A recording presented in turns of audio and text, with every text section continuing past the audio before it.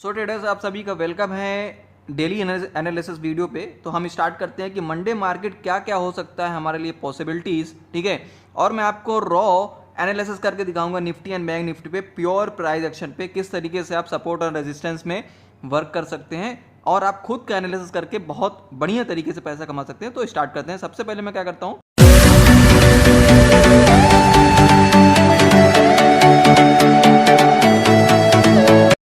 Bank Nifty का यहाँ पे चार्ट हम ओपन करने वाले हैं, लेकिन उससे पहले हम निफ्टी के लिए बात करेंगे। तो मैं यहाँ पे क्या कर रहा हूँ, सबसे पहले हम लॉन्ग टर्म के लिए बात करेंगे। तो मैंने वीकली चार्ट लगा के रखा है। आप देखो यहाँ पे ना, सबसे पहली चीज मैं आपको बता दूं कि हमारे लिए इंपॉर्टेंट जोन ये रहा हमारा अपर जोन, ठीक है। इसको आपको यहाँ पे एज आ हाईलाइट करके चलना है, क्योंकि मार्केट ना इस लेवल के आसपास क्या किया है, बहुत बार रिजेक्शन लिया है। देखो, ठीक है, ये रिजेक्शन, ये रिजेक्शन, ये रिजेक्शन और ये रहा रिजेक्शन। तो अब अगर मार्केट को सचमुच में ऊपर की तरफ जाना है तो कहीं ना कहीं मार्केट इस लेवल के आसपास, जैसा कि अभी देख रहे हैं कि कल के लिए न्यूज़ हमारे लिए इंपॉर्टेंट ये है कि जो लोग कैरी फॉरवर्ड में लेकर के गए होंगे ट्रेड, ठीक है ना, यानी कि इंट्राडे पे ना करके वो BTST लेकर के गए होंगे सेल पे साइड, यानी कॉल या पुट जो भी है, तो उनके लिए थोड़ा सा मुश्किल हो सकती है कल के दिन। क्योंकि हमारे लिए प्रीवियस टाइम पे क्या था, एक न्यूज़ आई हुई थी नोटबंदी का, ऐसा कुछ, ठीक है ना, 2000 का जो न्यूज़ आई हुई है ना, 2000 के नोट वाली, तो उसमें क्या इंपैक्ट हो सकता है, ठीक है ना, मार्केट के अंदर कहीं ना कहीं। अब लॉन्ग टर्म के हिसाब से कहीं ना कहीं निफ्टी अभी क्या है, रिजेक्शन जोन पे है। तो हमारे लिए क्या प्लान हो सकता है कि अगर कल मार्केट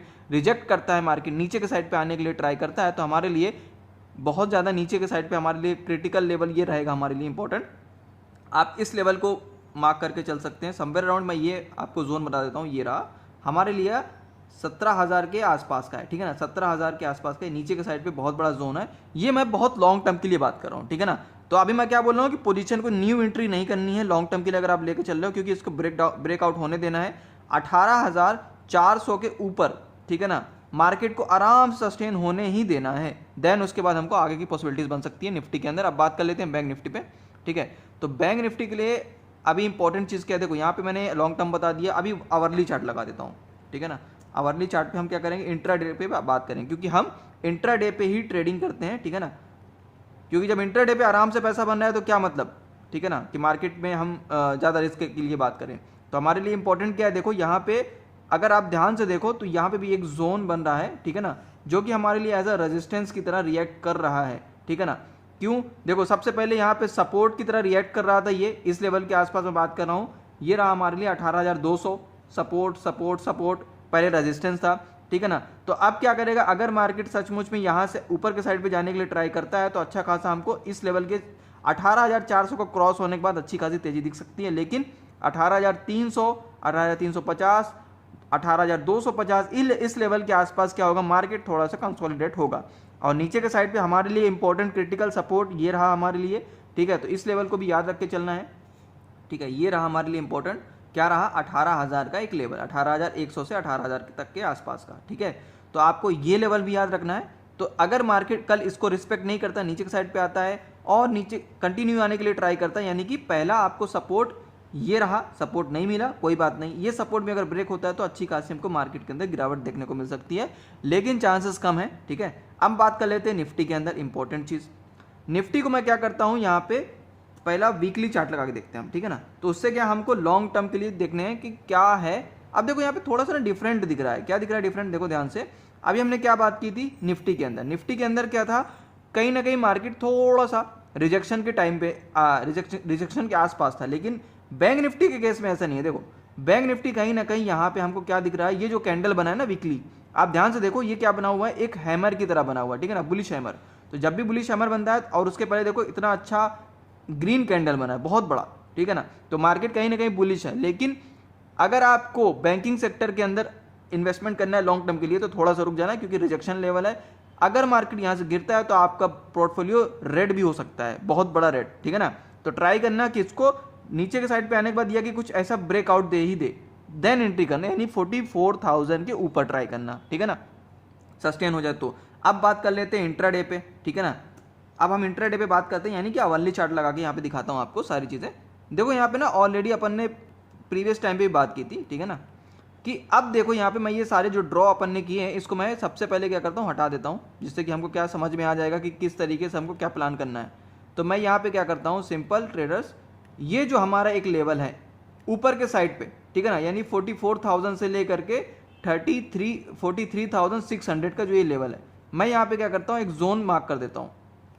एक मिनट, ये रहा हमारा जोन जो कि सिंपल हमको क्या करेगा, बहुत ज़्यादा बेनिफिट देने वाला है। ये रहा एक लेवल, ये ऐसा लेवल बना के चलता हूँ, ठीक है ना। क्या है ये मैं आपको बताता हूँ। सबसे पहली चीज़ ऊपर वाला जो जोन है, ध्यान से देखो ट्रेडर्स, जो मैंने ऊपर यहाँ पे हमने एक जोन मार्क किया था, ठीक है ना, इस लेवल के आसपास, यहाँ पे मैं एक ट्रेंड लाइन ही ड्रॉ कर देता हूँ। देखो जब आपको समझ में आ जाएगी चीज़ें,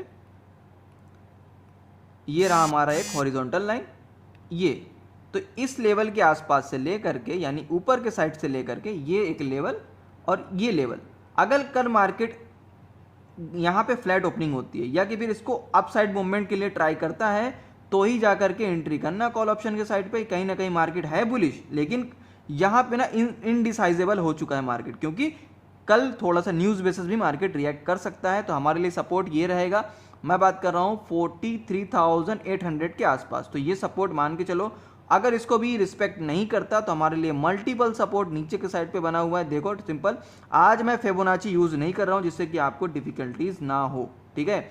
अब उसके बाद ये रहा हमारा लिए सपोर्ट, क्या 43,500 के आसपास, ठीक है ना। क्यों? क्योंकि देखो ट्रेडर, बहुत सिंपल सी चीज बता रहा हूं, सपोर्ट रेजिस्टेंस समझ गए, मार्केट आराम से आप मार्केट में आप सस्टेन कर लोगे। देखो ये क्या था हमारे लिए, रेजिस्टेंस, ध्यान से देखो, ये रेजिस्टेंस ध्यान से देखना, उसके बाद ये सपोर्ट बन गया, ये सपोर्ट बन गया, ये सपोर्ट बन गया। तो कल मार्केट अगर इसको ब्रेक कर देता है, मेरी बात समझ के चलना, ठीक है ना, इसको ब्रेक कर देता है तो हमारे लिए यहाँ पे बाइंग के लिए बहुत ज़्यादा चांसेस हो जाएगा। कहीं ना कहीं मार्केट इस लेवल के आसपास आएगा तो बहुत अच्छी तरीके से फिर से ऊपर ट्राई करने की कोशिश करेगा, क्योंकि यहाँ पे जो बड़े बायर्स बैठे हैं ना, वो नहीं चाहेंगे कि मार्केट नीचे आए, वो फिर से बाइंग करेंगे, क्योंकि वो अपना लॉस नहीं देखना चाहेंगे। और अगर बाई चांस अगर वो अपना पोजिशन काटते हैं तो कहीं ना कहीं एक पैनिक सेलिंग आता हुआ दिखेगा, ठीक है ना। तो ये रहेगा हमारा सिंपल सा प्लान, ये रहेगा हमारे लिए क्या, बहुत बड़ा सपोर्ट, यानी कि 43,800। ध्यान से देखो 43,800 हमारे लिए क्या है, सपोर्ट। उसके बाद क्या है, 43,500 के आसपास एक सपोर्ट, ठीक है। तो अगर ये सपोर्ट टूटता है तो कहीं ना कहीं फिर क्या बन जाएगा, यही चीज रेजिस्टेंस बन जाएगा। ये चीज तो मैंने पहले बताई थी। तो अगर वीडियो अच्छा लगा तो दूसरों के साथ शेयर करना, चैनल पे नया तो सब्सक्राइब कर लें, ठीक है। मिलते हैं नेक्स्ट वीडियो पे, ओके बाय।